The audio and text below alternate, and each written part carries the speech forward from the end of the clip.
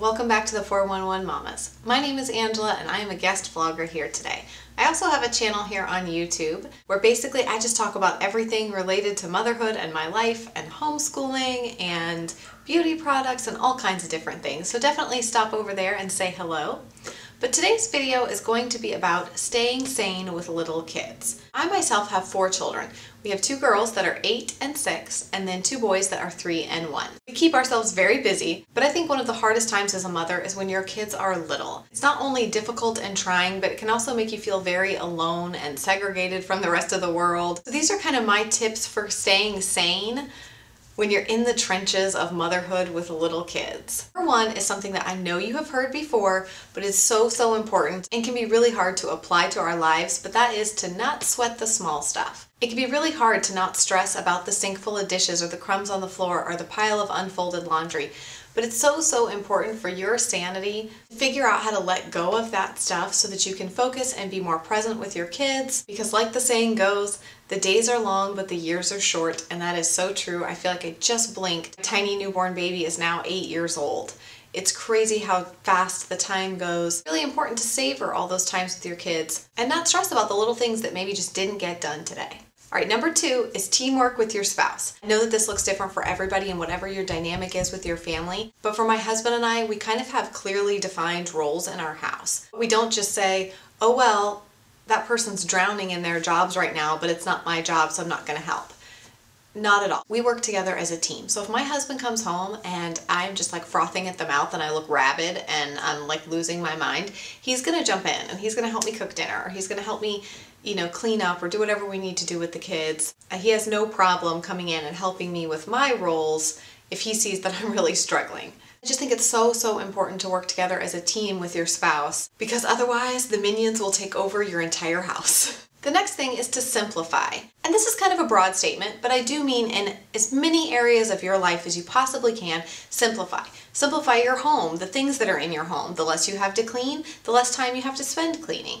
Simplify your activities. If your kids are involved in a million different activities and you feel like you spend your life in the car chauffeuring them back and forth, maybe it's time to reconsider and ask your children to prioritize the activities that they're in, especially if you have a lot of little kids. Our kids cannot do 5 activities a piece. There would just be not enough time in the day, not enough hours in the day. Also, really try to simplify your commitments. One of the things I learned last year was that a yes to one thing is a no to another.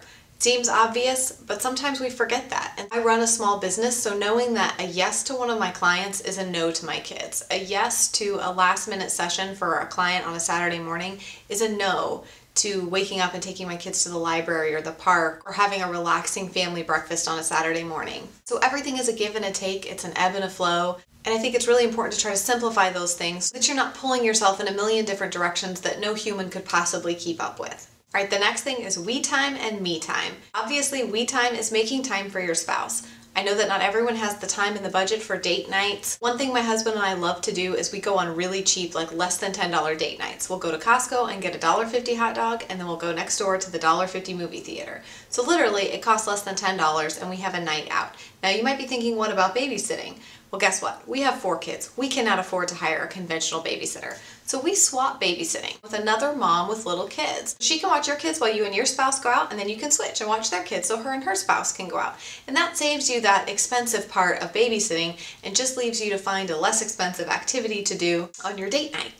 And the other piece of that is me time, making time for yourself. This can be a very hard thing to do as a mom, but I think it's really important. You can't pour water from a cup that's empty. So I can't pour into my husband, I can't pour into my children, I can't pour into those around me if my cup is empty. I try to do things that rejuvenate and renew and recharge my batteries. Obviously, it's great to have lunch with a friend and go get a pedicure and that kind of thing, but if that's not in your budget or you don't have time for it, you can also do me time at home. Sometimes my husband will come home from work and he'll take over. He'll take the kids, he'll take care of baths and bedtimes, and I can go kind of lock myself in my room and take a bath, have a glass of wine, read a book, watch a movie, eat chocolate, whatever it is that I want to do. It just kind of helps me recharge and stay sane.